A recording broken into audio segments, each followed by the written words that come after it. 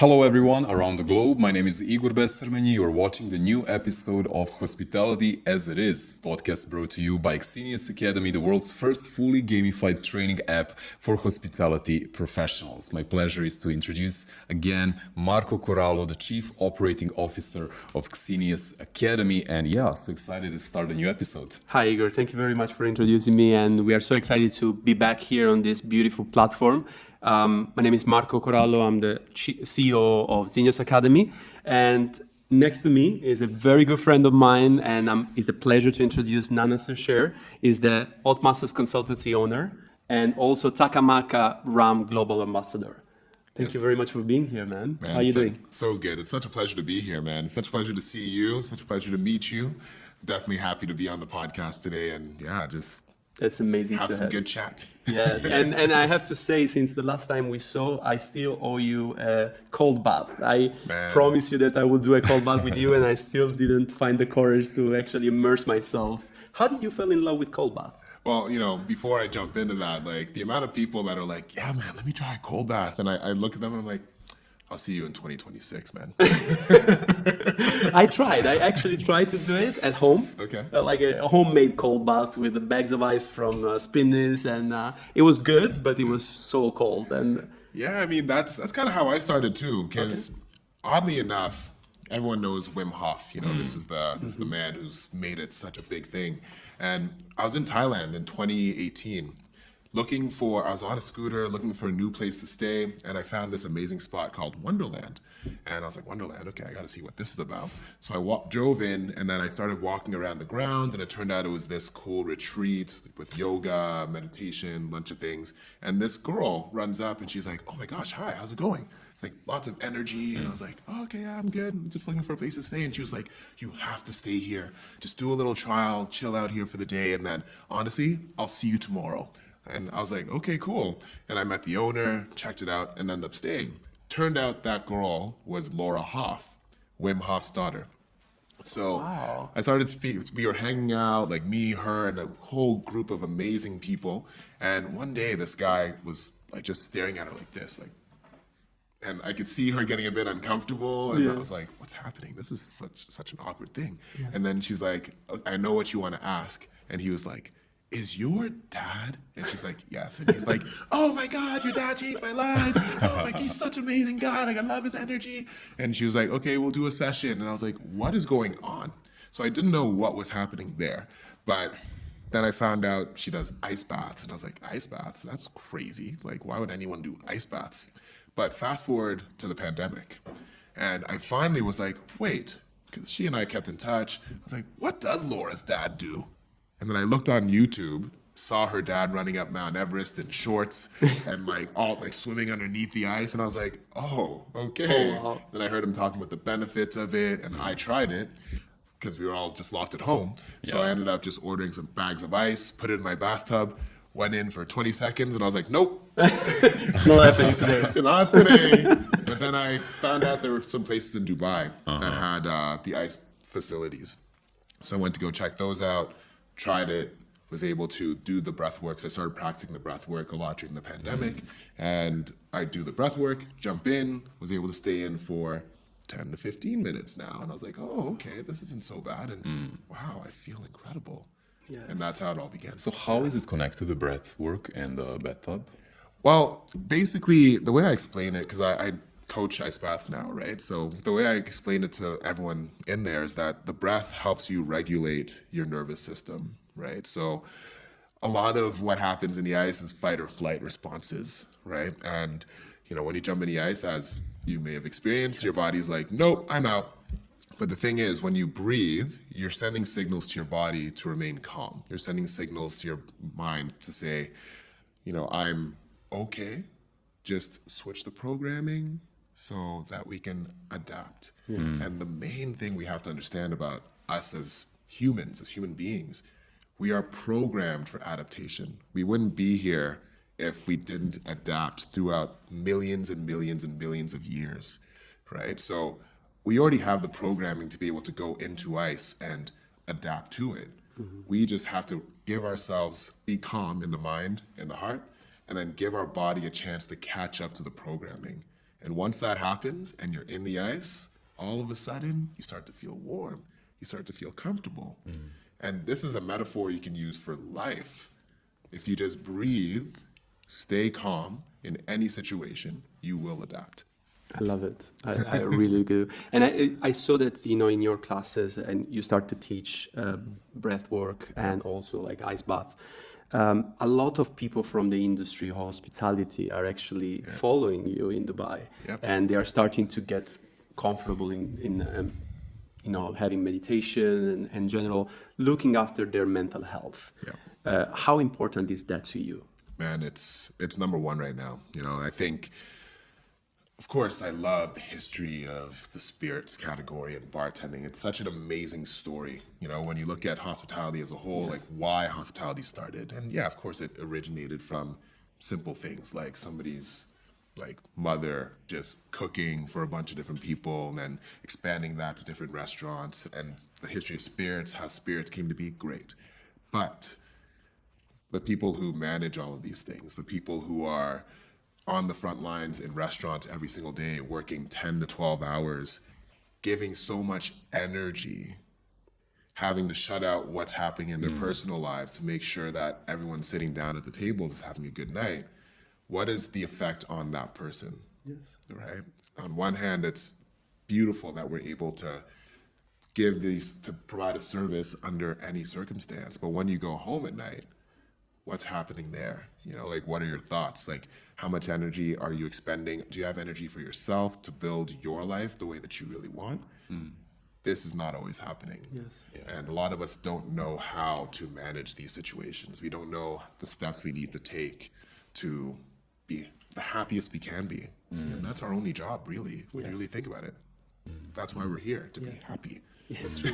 and I agree. For so long, I spent good decades in hospitality, in operation, and for so long, I found myself at home after service. Not even at home, just even in my own place of work, straight after service, that need of decompress. But I didn't know the right step. I didn't know how to take care of my mental health because I took care of everybody else, guests and colleagues alike. Yep. And then in that moment where everything finished and the curtains closed, and then you have to deal. And you know more than you know as much as me that in hospitality, especially bartending, a common practice is the beer after work as a decompression method, right? Yep. And it's so refreshing to see that is actually changing, that we are casting a light on what is really important, how you can actually deal with a beautiful hospitality that is though taxing on our system, right? So how do we do that? Yeah, and you just said it, like we do turn to some things that may not be the healthiest for us. And when it comes down to the mind, Yes. the one thing that we all take for granted is that you have to have a strong body as well. Yes. So it's not to say that you have to go and start deadlifting like every single day, like, which is, if you do, great, like that's what I'm doing now, but at the end of the day, it's also what we put into our bodies. It's the fuel we put into our bodies. And we don't put that link with what we're ingesting as giving energy towards having a strong, fortified mind. So we should eat in a healthy way. We shouldn't necessarily go and get KFC every single day because all those oils, all those fried foods, what it promotes is actually a weaker body. So your body's not pulling any nutrients. Yes. And the weaker you are, the harder it is to keep those demons at bay.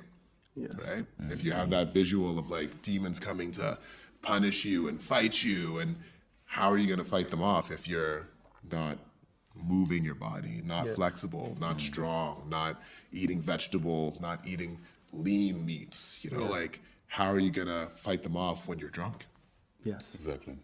No, it's so important because I also, I noticed the difference in the body when I started to eat cleaner, when I, gave up on certain food types. Like, for example, I try to eat healthier. I try to have a schedule that is, now I'm not in operation, so I know that it's not working as a bartender. I do not have to do the long hours anymore or the long hours at night anymore. And I understand that now you have a day job, so it's easy for you to say, but I think also it's all about mentality, right? Like how you approach things. So I need to look after myself so that I can perform at best at my job as well, right? Yeah. And it's so important. I agree with you. And so for so many years, I used to feed myself from the snacks bar, like the olives and the at bar. But it's true. It's very important to what you put in your body and be mindful of what you do with your body.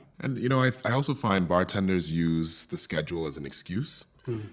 We work day jobs now. Yes. So yes, theoretically it's easier, but all you have to do as a bartender is just shift the hours. If we wake up at 8 in the morning and they wake up at 11, then it's just treating the 11 o'clock the same way that we treat our 8 o'clock.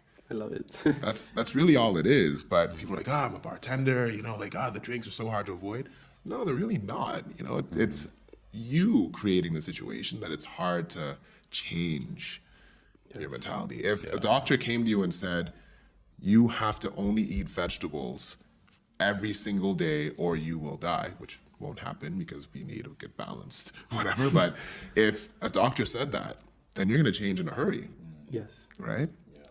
All of a sudden you're going to find a way to change, but we keep using the industry as like, but I get invited to this place and that place and I have to eat the béarnaise on everything. Like, you don't have to.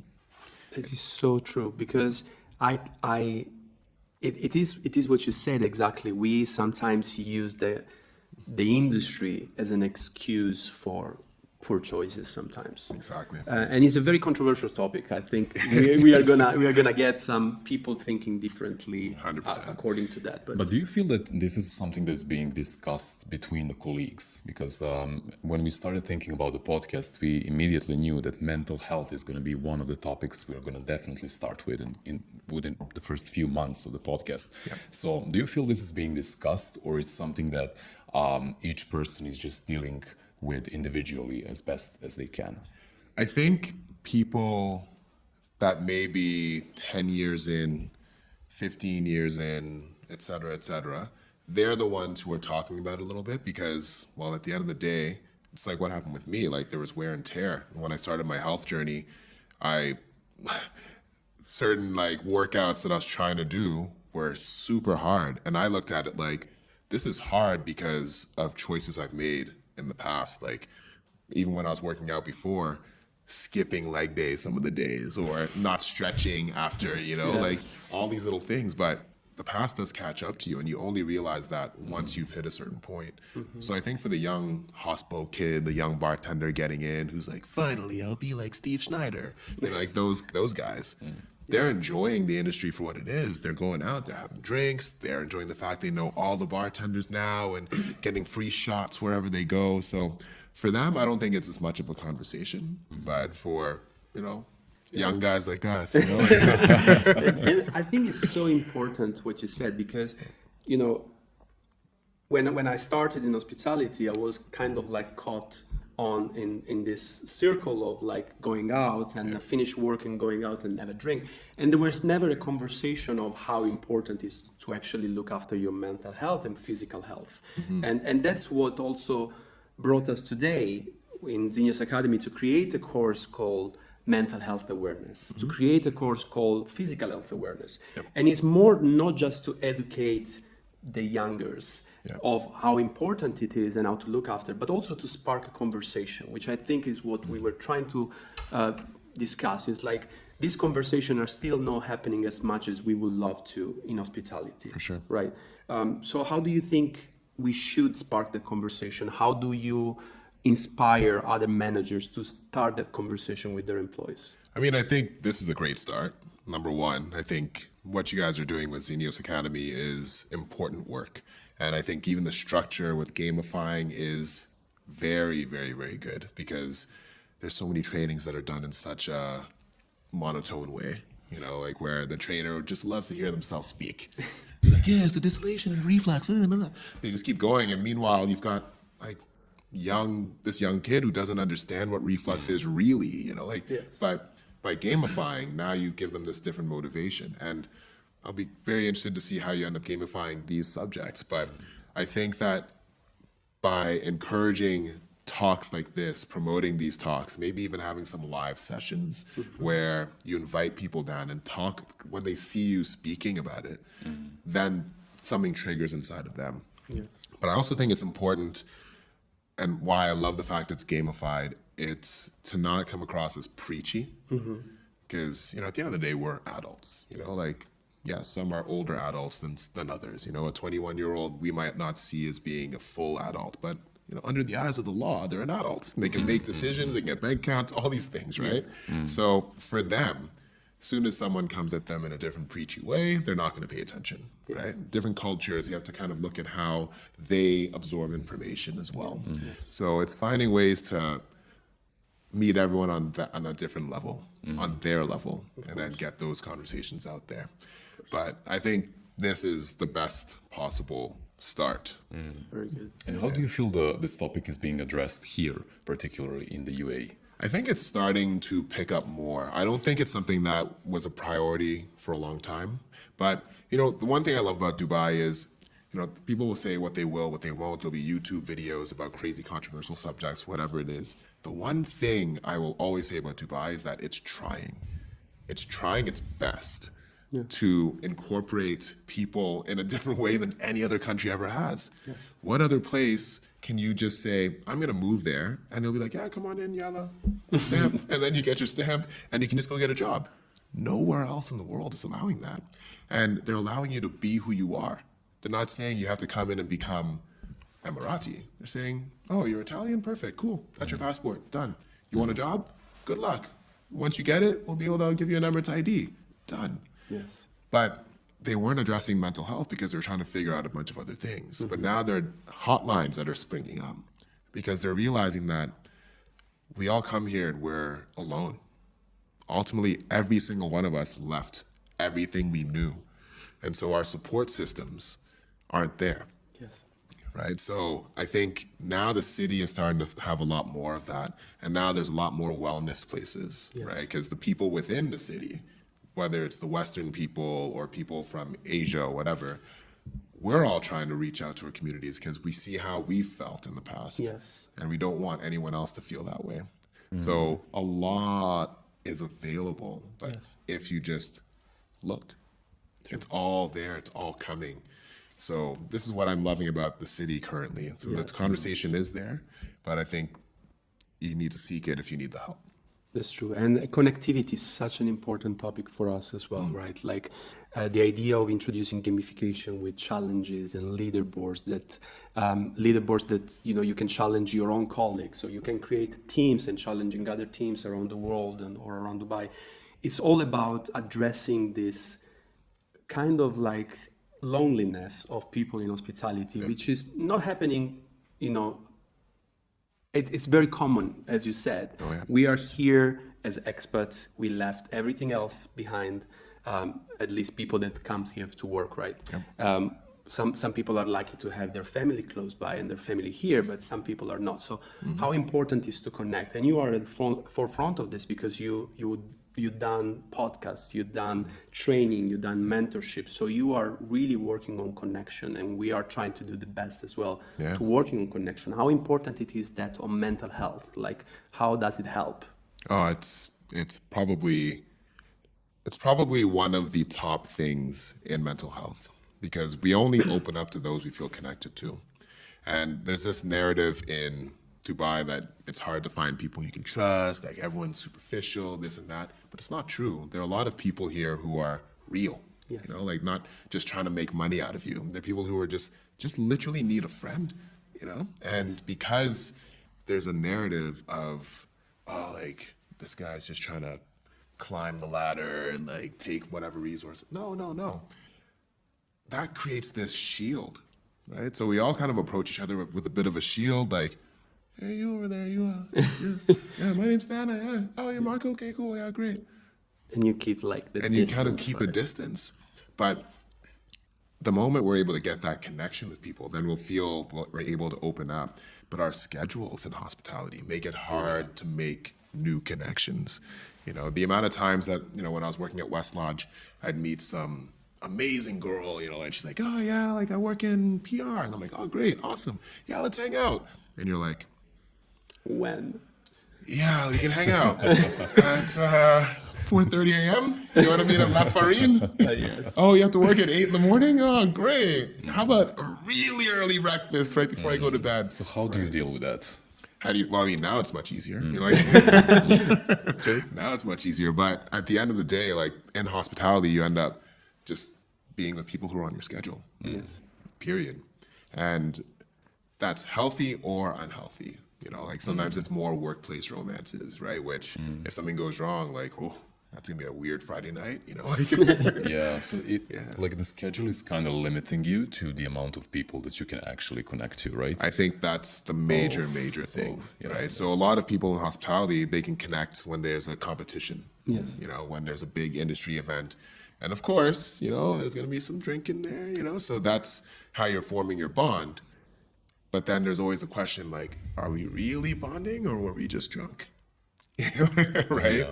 So this is some of the challenges we'd have to overcome, which is why I try and encourage people in hospitality to get outside of the hospitality bubble or take people you've met and go and explore Dubai together, go and explore some of these other things together. It's very important because you end up doing the same kind of line. And then next thing you know, you're not even sure if you like the city, Yes. but there's so much here. Yes. Yes. And when you talk to many bartenders or whatever, you're like, oh, have you been here? No, I haven't actually been. Have you been to the Louvre in Abu Dhabi? No, I haven't actually been. Yeah. Have you been to Dubai Opera even? There's a lot of shows. Like Hans Zimmer's coming down. Like, no, I haven't seen that. Right?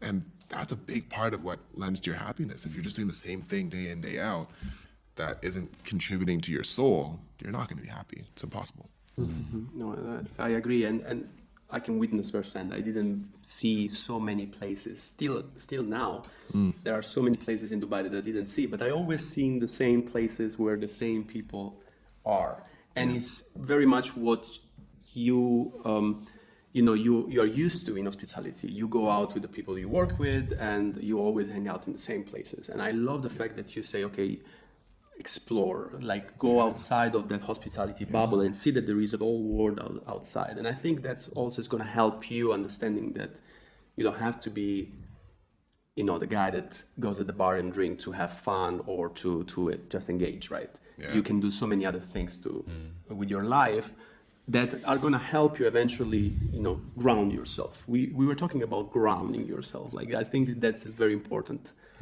in hospitality particularly. Yeah, with grounding, I mean, it's an everyday thing. I was talking so I coach with a group called Energy Camp, right? So that's where I do the ice baths and the breath work.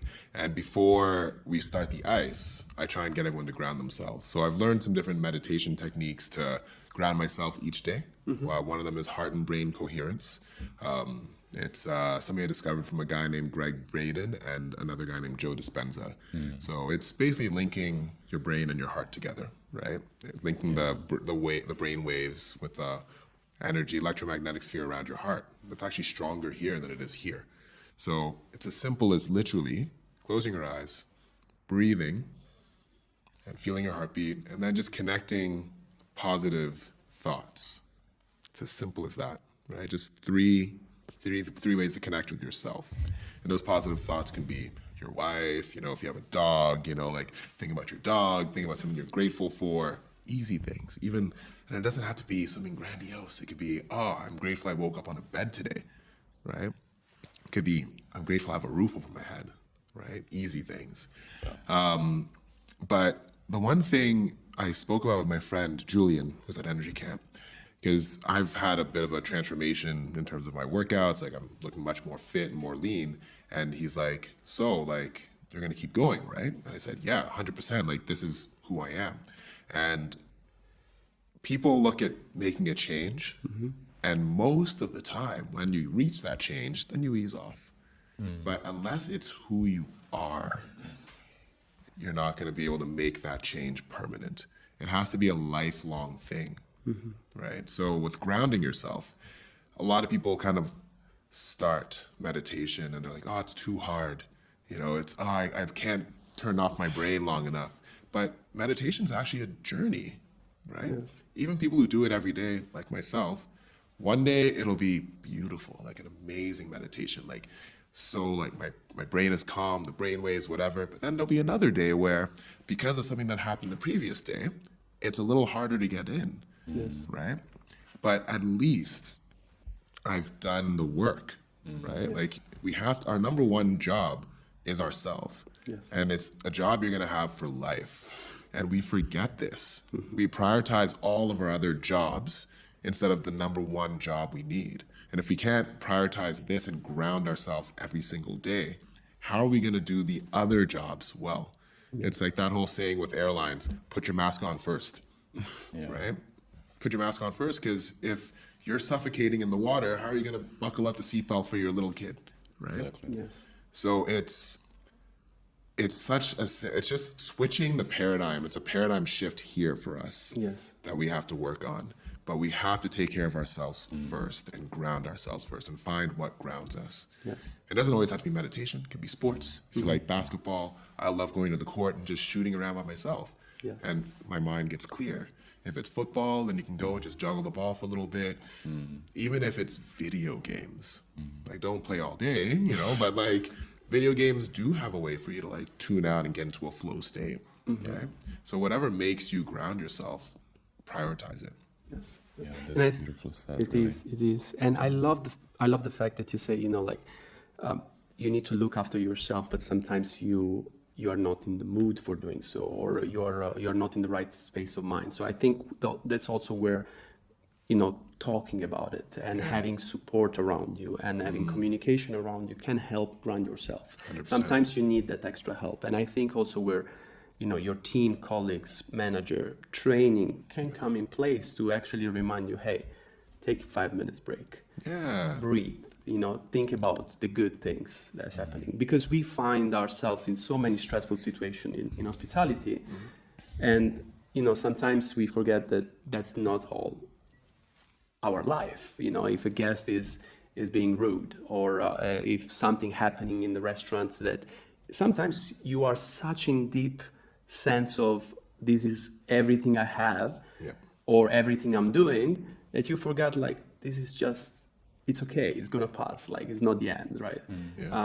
So I think that where communication, and I love what you're doing in Dubai, and I think I was talking to Guru, and I wanted to have him on the podcast. Unfortunately, he's away, but he will be back. Awesome. And he was like, you should call Nana. He's the most loved person in hospitality. I was like, already done. He's already booked like in advance.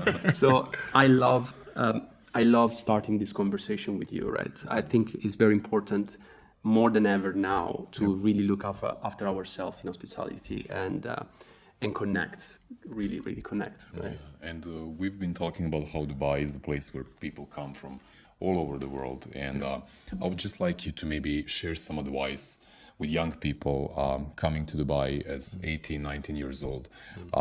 They may be scared of loneliness. We talked about loneliness in hospitality. So what would you say to them? How to approach their first days here, like their beginnings in hospitality industry, far away from everything they've ever known and basically not knowing anyone here? Well, I think something a lot of people don't really, something I wish that I focused a little more on. I naturally did it, but I would go back in time and just try and understand certain things I'm about to talk about. Before you come, you need to start understanding your triggers, right? So a lot of things that I teach a communications workshop, and it's with emotional intelligence, talks about stress management, time management, which guilty, not always the best. It's Dubai, like there's always an adventure. No one. Everyone, we'll be here at 9:30, 9:45, But ultimately, it's understanding your triggers, right? And then also understanding your communication style. So when I say understanding your triggers, what makes you happy, what makes you sad, what makes you angry, what makes you like scared, understanding these little things about yourself. Right? And then learning how to manage your emotions. Because if you learn how to manage your own emotions, then you'll learn how to manage the emotions of those around you, right?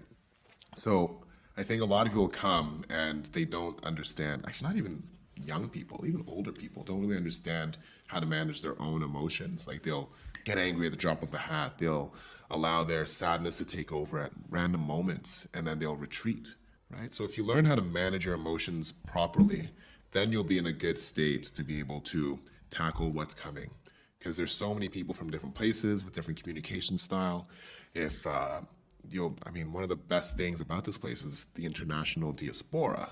But at the same time, if someone's speaking to you from some of the countries where the language might sound more aggressive, you might interpret it wrong instead of being like, oh, actually, he's actually just complimenting me on my service. He's not actually angry, right? And learn how to manage your emotions. And even if that person is angry at you and you learn how to not meet that energy, you learn how to keep yourself calm, then you'll calm that person down, right? So I think that's the number one piece of advice I'd give to anyone coming through. Learn how to manage your emotions and learn how to manage learn your triggers. And, yeah.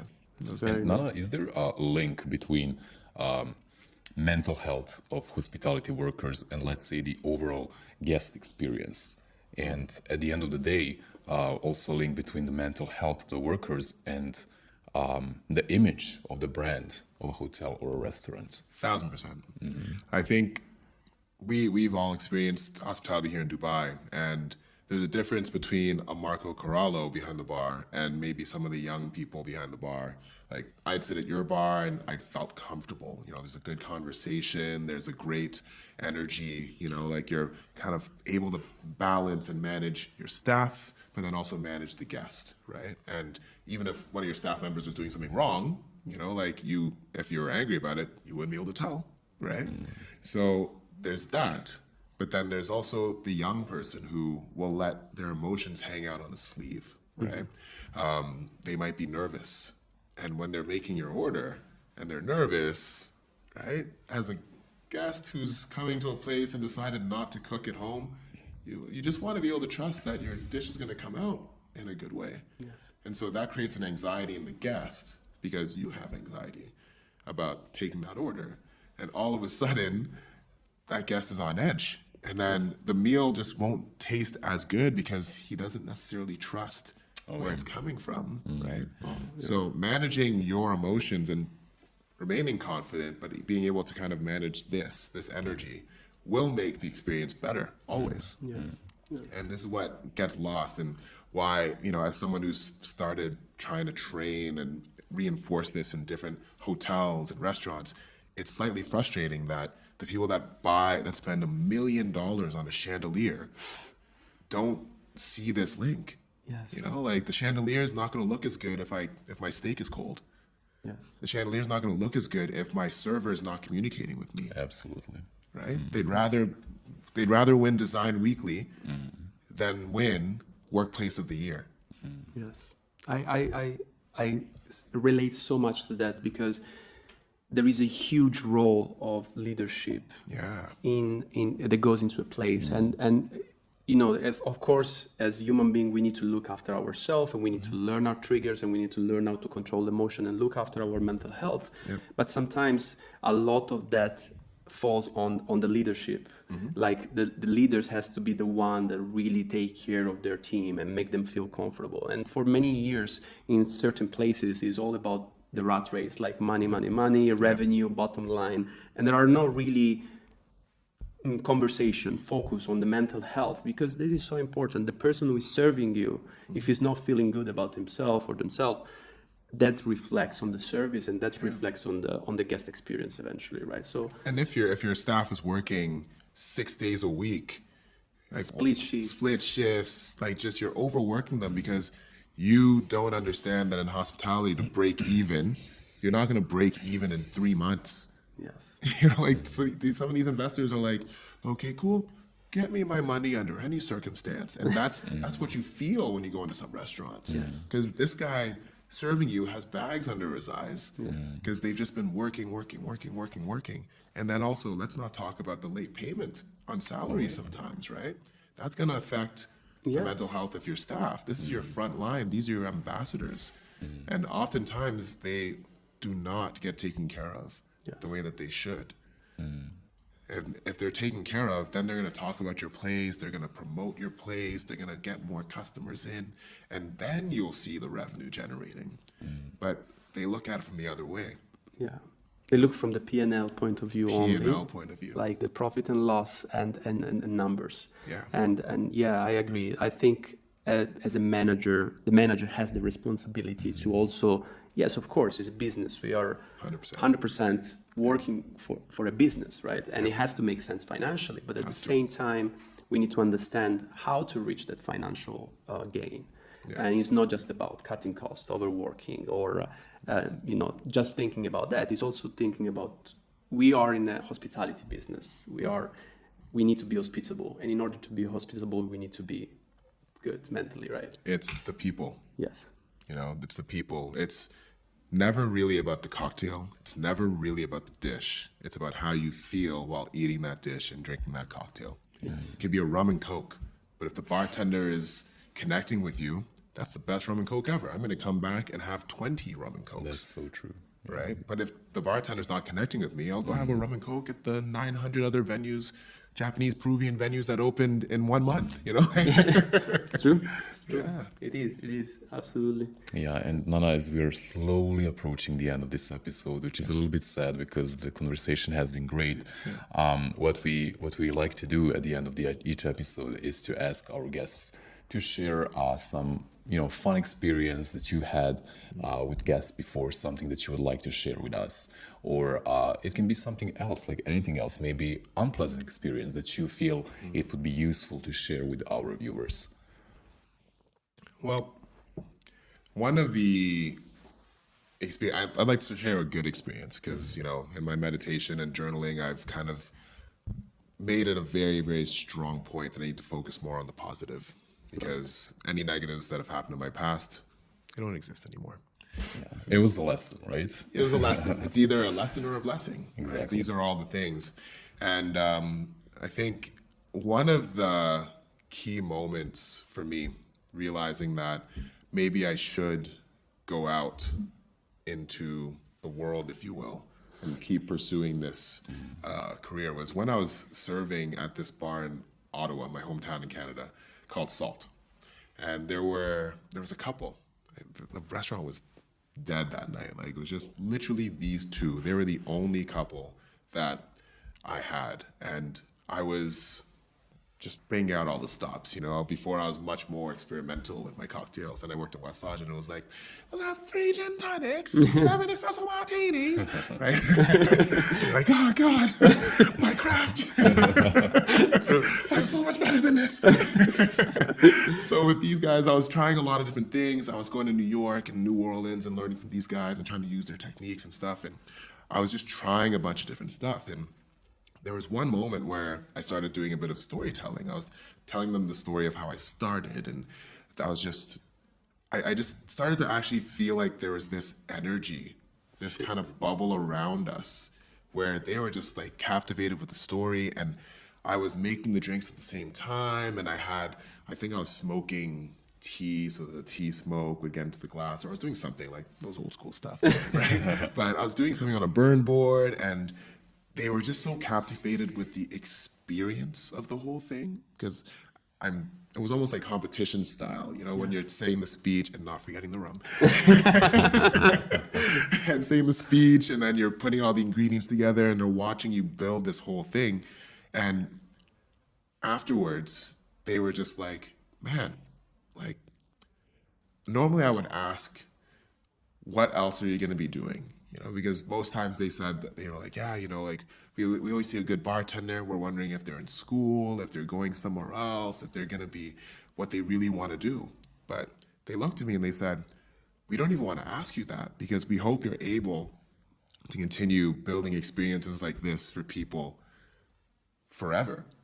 Because tonight is our anniversary. And at the end of the day, we came out because we just wanted to spend some good time with each other. But we don't think we're ever going to forget this moment. And this is what hospitality can really do. And this is what you can do when you feel great about your job, when you feel great about who you are.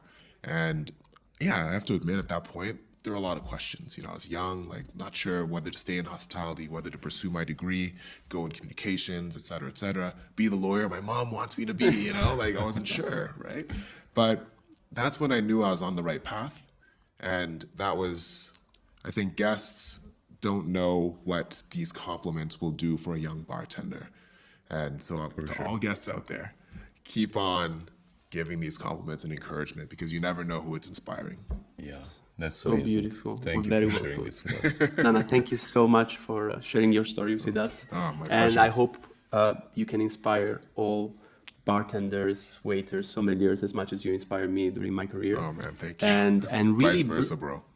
and really, you brought to this episode you brought so much good energy and really like fresh eyes and fresh point of view on what mental health could make. It really makes hospitality better. So I think we should work collectively to reach even more of this conversation. Thank you so Absolutely. much.